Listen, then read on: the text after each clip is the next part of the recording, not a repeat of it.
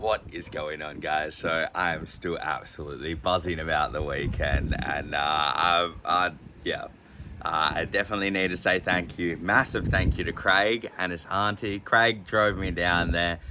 He actually offered to pay for my for the wreck diving course, and then I slowly pay him back when I can afford to. But I fortunately had some birthday money left over, and we do still have some Megalodon money that may have or may not have been dug into. So yeah, we might need I need to pay back the Megalodon teeth money so we can buy more Megalodon teeth. We got to stay in his auntie's house down in Dunsborough. They're super fancy, like really clean house. They're super duper lovely couple. Her husband, I think, is a paramedic or an ambulance driver. I don't remember what that. He works in that sort of area, and he's a super duper funny dude. I absolutely love those two, and I hope they adopt me. Craig and them fed me. Like, I literally did not have the money for this weekend at all. And like they fed me, kept me warm, and yeah, so I did. That was it definitely wouldn't have been able to happen without them. So that was, I'm super duper grateful for that, and very very privileged that I do have these opportunities. And my friends do help me out for these things. We started doing shirts again, so we got a eat, sleep, dive, repeat shirt. And I'm gonna try and make a few of them. I don't know if we're gonna order in any more shirts, but we do still have adults, medium, all the way up to 4XL, and then there's a couple of kid sizes down there. So we definitely still have a few shirts, but I am sorry if you guys end up wanting a shirt and we don't have them available. And if there is heaps of interest in it, and I'm still hyper fixated on doing stuff in the craft room, I will probably order some more. But I mean, there's like, that's rug tufting stuff up there. Tufting stuff here. Tufting gun in there that's never been used. Well, I mean, it's been used. I brought it secondhand for like $30 or $40 and decided that I wanted it. The foam from all of the Halloween stuff we were doing, all of this vinyl, which we actually got from a sign writing place that my mum makes metal frames for, and they gave us all of these for free. And then we've got the HTV, and then there's a bunch of vinyl back down there that we brought. So there's tons of stuff here. We got the big plotter, so if we, no, I mean, you don't need the big plotter for shirts, but maybe for big stickers. And yeah, and I'll probably be doing a few more stickers and stuff like that. So anything that you will see on the shirts, we'll probably make stickers of if you guys wanted them. Anyway, I had an absolute cracker weekend. We did 4 dives. We did 2 on the Lena, and then we did 2 on the HMAS Swan. And then I got some video footage of the last dive that we did on the HMAS Swan. I got to the deepest that I've ever been before, which was 31.8 meters. There's a part in the video, and I forgot to write what I was doing in there. There's a part in the video right all the way back near the props that go down, and I just squished on the ground as hard as I could. Like, if I had a shovel, I would have dug a hole to go a bit deeper. So that was my personal best. I've never done a reverse boat entry. I've never reverse boat a rollback entry off a rib. I've never been on I've been on ribs before, but I've never been on a rib for a diving purpose. So that was super duper cool. And as I was getting in the water, the other lady that worked on the boat, I was like, can you film me getting in? And she was like, yeah, I can do that. And I'm like, yes. So I even get a video of myself doing a rollback. The dude that is behind me in the rollback is Nick, and we met him. He was on a separate adventure with the lady that filmed me, and he was doing his deep 40 by himself. That is freaking insane. So it was just him and the instructor, and I wish that I got those sort of special treatments where you just had a one person per, and I mean, it's probably fairer that I do learning one-on-one, because I probably just distract everyone else because I talk too much, and I'm really sorry about that. But that is something I've been working on for the last 31 years. Well, maybe not 31, because I don't think I came out talking. But anyway, I'm going to show you some footage of the dive. There'll be a few more shots of people in this one, and just so if I got any shots of people, that it'll be like that. That first one was more like my experience and everything.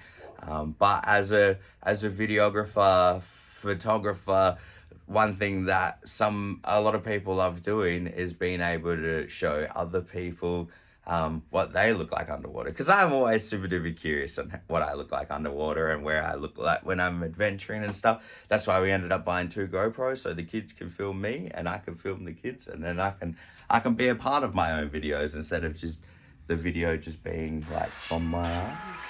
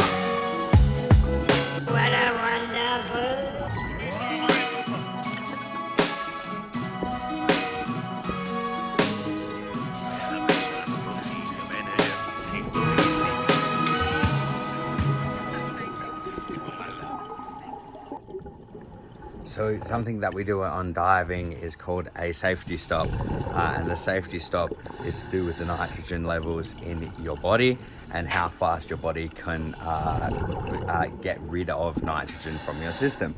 Now, in these sort of dive conditions, if you saturate, which means the rate that you breathe at is very good and you don't have to worry about running out of air, the other restriction you have at depth is decompression. So the aim of the game as a recreational diver is to get to no decompression, and that you only have to do your safety stop. Now, if you end up needing to go do a decompression stop, your watch will tell you that you need to do it, and you have to do it. Otherwise, you'll come up and you'll end up with decompression sickness. So the safety stop, you have to hover there pretty well, doing absolutely nothing. And I've heard, and hopefully one day we'll experience, that decompression stops can get very boring because sometimes they are incredibly long. So super duper stoked with that, but it is always the best idea to be safe, and that's why you need to plan your dives, plan your air consumption, be really good at not chewing through all your air and getting too excited, and then so you can come back to the surface safely without having to make an emergency descent and getting yourself too sick. And then you would end up needing to go into a decompression chamber and your body put back under pressure, and then your body will be able to get rid of the nitrogen in time. But it's not something that you want to happen, and ideally we want to avoid that at all costs. Super duper excited about that. I cannot wait to get back and explore more. But yeah, I'm going to wrap the video up here, guys. Take it easy, stay awesome, and remember, you can't fail if you try. See you later.